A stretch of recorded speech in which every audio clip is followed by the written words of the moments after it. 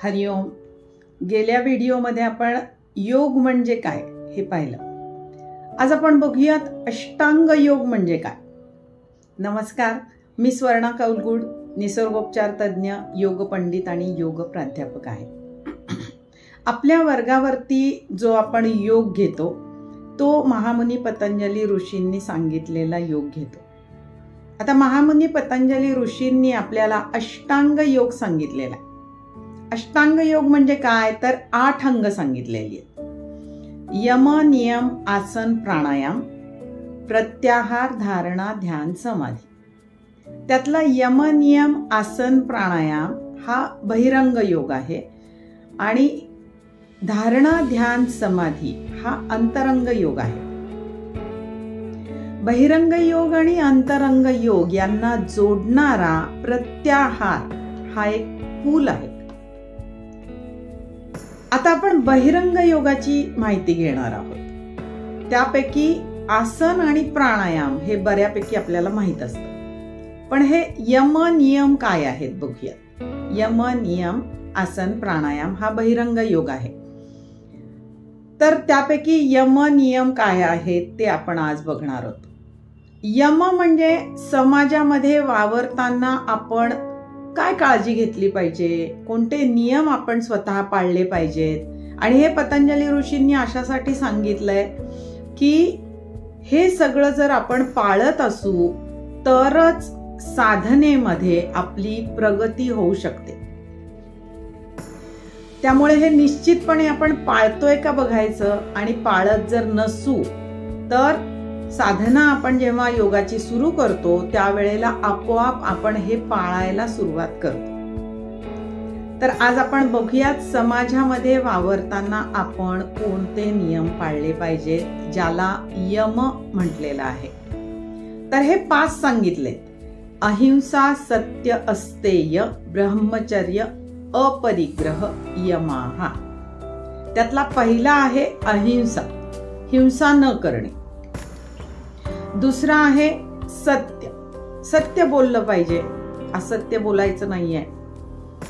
त्याच्यानंतर आहे स्थेय, अस्तेय. स्थेय म्हणजे चोरी करणे, अस्तेय म्हणजे चोरी न करणे. तर अस्तेयाचं आपण पालन केलं पाहिजे.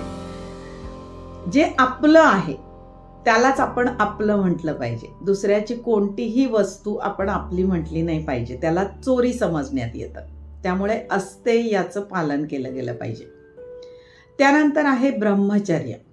आता ब्रह्मचर्य म्हणजे अगदी संन्यास घेऊन कुठे हिमालयात जायचे असं नाही आहे. आपण संसारामध्ये राहून योग साधना करणार आहोत.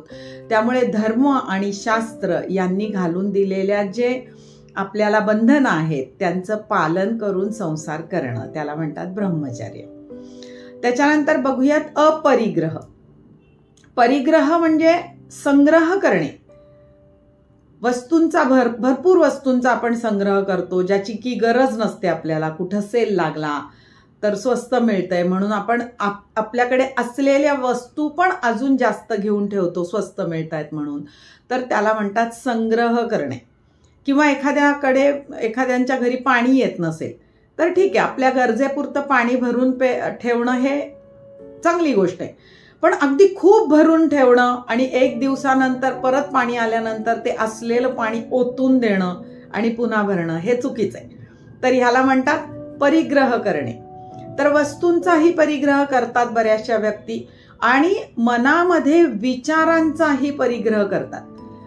की कुठल्याही व्यक्तीबद्दल, कुठल्या घटनेबद्दल किंवा कशाही बद्दल, एखाद्याबद्दल मनामध्ये राग असेल, द्वेष असेल तर तो साठवून ठेवतात, तो काढून टाकत नाही, तिथेच लेट गो करत नाहीत. आणि तो साठून राहतो, मनाच्या माळ्यांवरती तो साठून राहतो. आणि त्याला पण एक प्रकारचा परिग्रह म्हणतो आपण. आणि त्याचं जे काही ओझं आहे ते आपल्या हृदयावर येतं आणि म्हणून सुद्धा हाय बीपीचा त्रास होत असतो. तर हे पण करायचं नाहीये. विचारांचाही परिग्रह करायचा नाहीये, वस्तूंचाही परिग्रह करायचा नाहीये, अपरिग्रहाचं पालन करायचंय. तर हे 5 यम सांगितलेले आहेत पतंजली ऋषींनी. अहिंसा, सत्य, अस्तेय, ब्रह्मचर्य, अपरिग्रह. आता आपण पुढच्या येणाऱ्या व्हिडिओमध्ये नियमांबद्दल बघणार आहोत. हे पण 5 नियम सांगितले, त्याबद्दल आपण पुढच्या व्हिडिओमध्ये बघूयात. त्रिवेणी योग व निसर्गोपचार केंद्राचे जे फेसबुकवरचे व्हिडिओ आहेत, यूट्यूबवरचे व्हिडिओ आहेत किंवा इंस्टाग्रामवरचे व्हिडिओ आहेत, जर आपण पाहिले नसतील तर नक्की पहा. आवडले तर लाईक करा, शेअर करा, फॉलो आणि सबस्क्राईब करा. जे फॉलो आणि सबस्क्राईब करणार आहेत त्यांना येणाऱ्या काही दिवसांमध्ये आपण काही फ्री वर्ग पण देणार आहोत. आणि पुढील येणारे माझे व्हिडिओ पण तुमच्यापर्यंत लवकर पोचायचे असतील, पहिल्यांदा तुमच्यापर्यंत पोचायचे असतील तर नक्की फॉलो करा, सबस्क्राईब करा. भेटूया आपण पुढच्या व्हिडिओमध्ये. नमस्कार.